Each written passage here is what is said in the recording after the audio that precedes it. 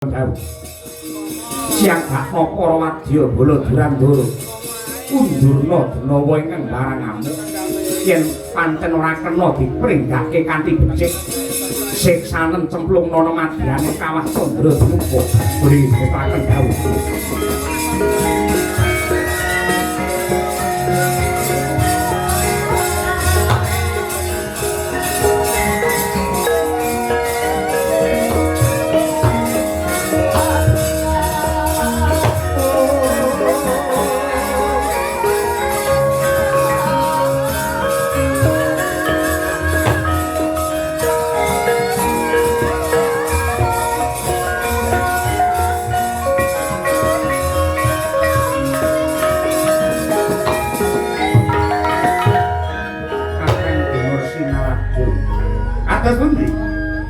Jebul wonten ingkang sumusul wonten Kahyangan utusanipun Prabu Linggagarda saking Tunjung Lautan ingkang medya amboyongi calon Hapsari.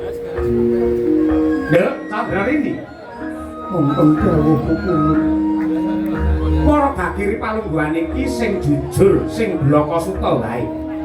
Apa jeneng kita wis ana gandeng asmara sambung tresna lawan Prabu Linggagarda? Mboten pukulun.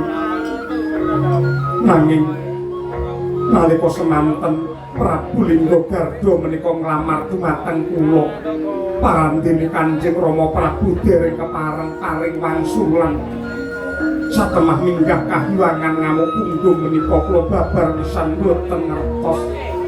Nanging tenan kowe ora ana sambung rasa kelawan Prabu Linggagarda. Mboten wonten. Lah syukur. Lah sakmenika kados pundi Adi? Kakang Narada. Kula kuri nyuwanaken Jawata ing Arga Gemilang Sang Hyang Yamadipati kinen ngadhep wonten ngarsa ulun. Nggih, ngesaken dawuh Adi.